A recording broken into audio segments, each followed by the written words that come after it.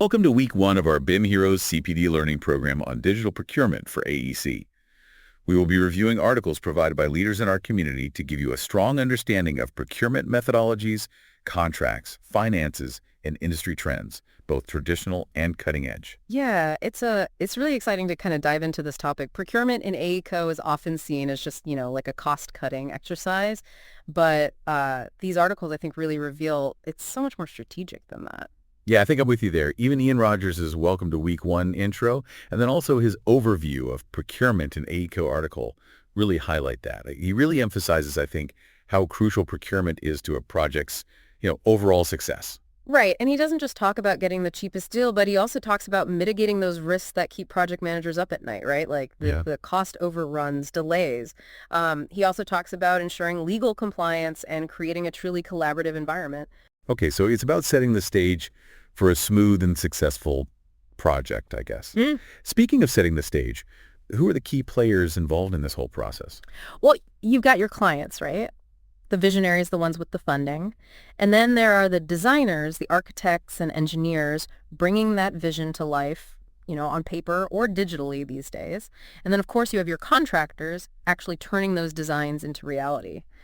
But it doesn't stop there. There's more. I'm already feeling like this is a pretty big production. It is. You've also got your suppliers and vendors, right? Providing all the materials and the technology.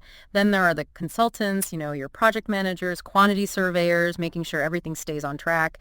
And we can't forget those regulatory bodies, making sure everyone's playing by the rules. Sounds like a pretty complex web of relationships. A lot of different stakeholders, right? Each player, I guess, brings something, crucial to the table. Exactly. And as Ian Rogers points out, choosing the right procurement route, it's a lot like selecting the right tool for a job. I mean, it really can make or break the entire project. Right, and he doesn't shy away from laying out those options in his types of procurement routes article. He talks about, the traditional approaches like design, bid, build, design, and build, and then even delves into some of the alternatives like integrated project delivery and public-private partnerships. Yeah, he does a great job of breaking down the pros and cons of each approach. And it's clear from his writing that understanding those nuances of each route, it's really crucial, for making informed decisions. So it's all about, I guess, choosing the best fit for the specific needs of the project. Now, something that stood out to me was ALShimaa Allam's perspective in her articles, understanding the client's role in procurement PO1 and understanding the client's role in procurement PO2.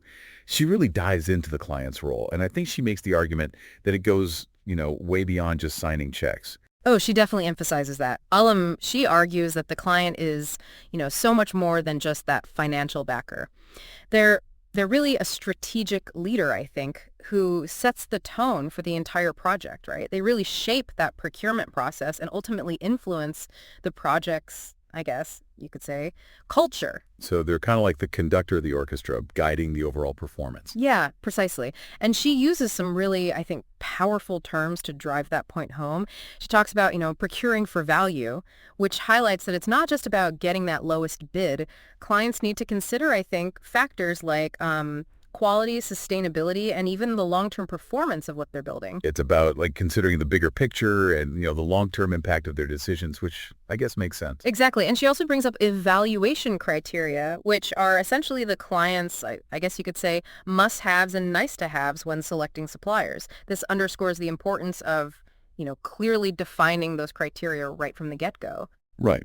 And then, of course, she emphasizes contract management. It's clear from her writing that those solid contracts are essential to, prevent disputes and make sure everyone's on the same page. Absolutely. The strong contracts are really the foundation, I think, for a successful and collaborative project, right? I mean, they outline everyone's roles and their responsibilities and expectations, creating a framework for accountability. Speaking of accountability, Harri Emari really brings up an important point, I think, in his article, Ethical Considerations in Procurement.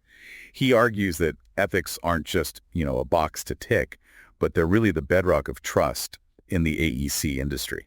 He does, and he makes, a very compelling case for why those ethical practices are just so crucial. It's about preventing corruption, fostering fairness, and, building that strong foundation of trust, as you said, between all the parties involved. And he's very clear that a culture of transparency and accountability, it's key to success in the long run. It's not just about, doing what's legally required. It's about doing what's right, which ultimately I think benefits, everyone involved.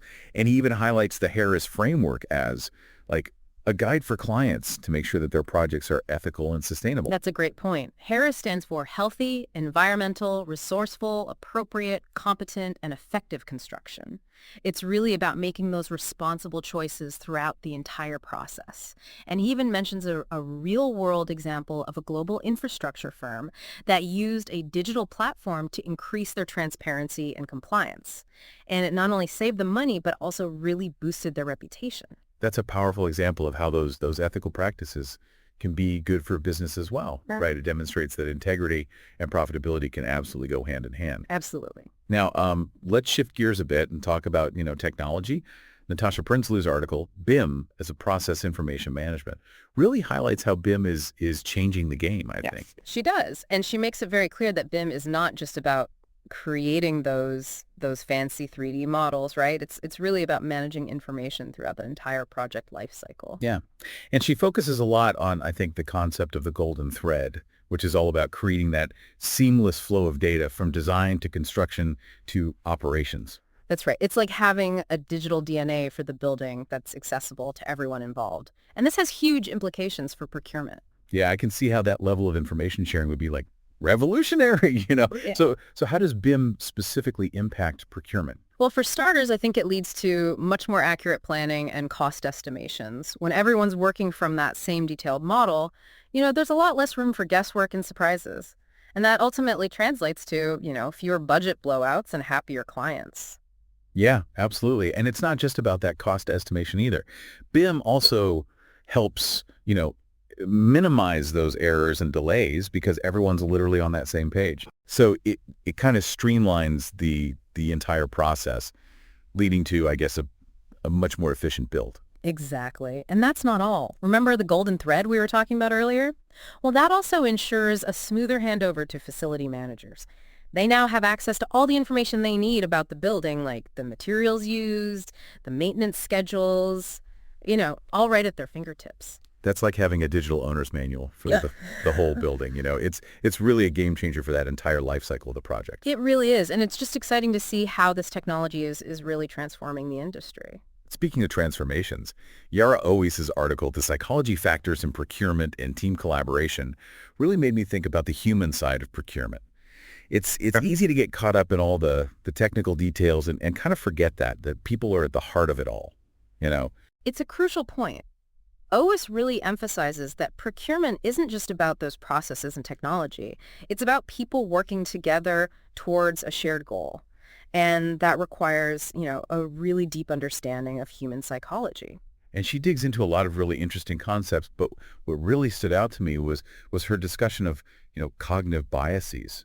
Those mental shortcuts we all take can sometimes lead to not the best decisions. That's a key insight. She gives a great example, confirmation bias, where we tend to, look for information that confirms what we already believe, even if it's, not necessarily the most objective or accurate information. Right. That's so relatable. I think we've all been there, clinging to those initial assumptions.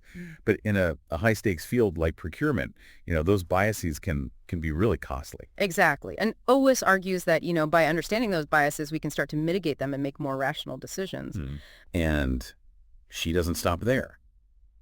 She also highlights the importance of, emotional intelligence in procurement. That ability to understand and manage emotions, both our own and others, is really crucial in a field where collaboration is so key.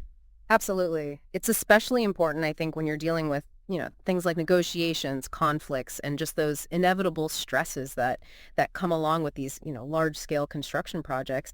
Being able to build those strong relationships and navigate those sometimes tricky situations, that's essential. It always makes a strong case for the importance of leadership in creating a positive team dynamic too, right? She argues that leaders who foster that psychological safety where team members feel comfortable speaking up, sharing their ideas, even taking risks, they're more likely to, cultivate innovation and creativity. That's a really important point. It's about creating an environment where people feel, valued and empowered to contribute their best work. So it seems like we've come full circle here. Procurement is about so much more than just those contracts and numbers. It's about fostering that collaboration, building trust, and understanding those human dynamics at play. You got it.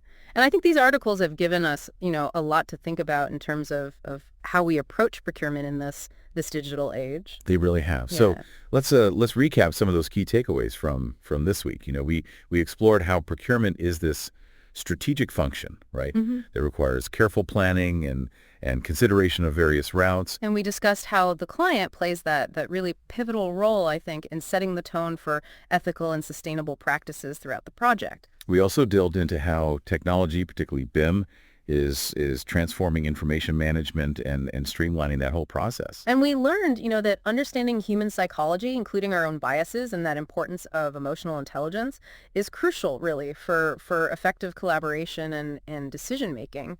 It's been a fascinating deep dive into the world of digital procurement. And I feel like I have a much better understanding now of the complexities, but also, the opportunities in this field. Me too. And it's clear that the AEC industry is embracing that innovation and collaboration in really exciting ways. It really is, yeah. And speaking of dynamics, I think it's worth, maybe revisiting Yara Oweiss' article, The Psychology Factors in Procurement and Team Collaboration. She doesn't just kind of touch on that human element. She dives deep into those nuances of teamwork and what makes collaboration truly effective. Right. She goes, beyond just saying communication is important, right? She breaks it down, like the elements of trust building and conflict resolution and even the psychology of negotiation. Yeah, I thought that negotiation section was really insightful, actually. It's such a core part of procurement. And she provides some really valuable strategies for understanding, different negotiation styles, recognizing like the psychological tactics at play, and the importance of just thorough preparation. And she really emphasizes that negotiation doesn't have to be like this battle, right? Yeah. It's not about, one side winning and the other losing. Exactly, yeah. Successful negotiation is about, finding that sweet spot where both parties feel like their needs are met.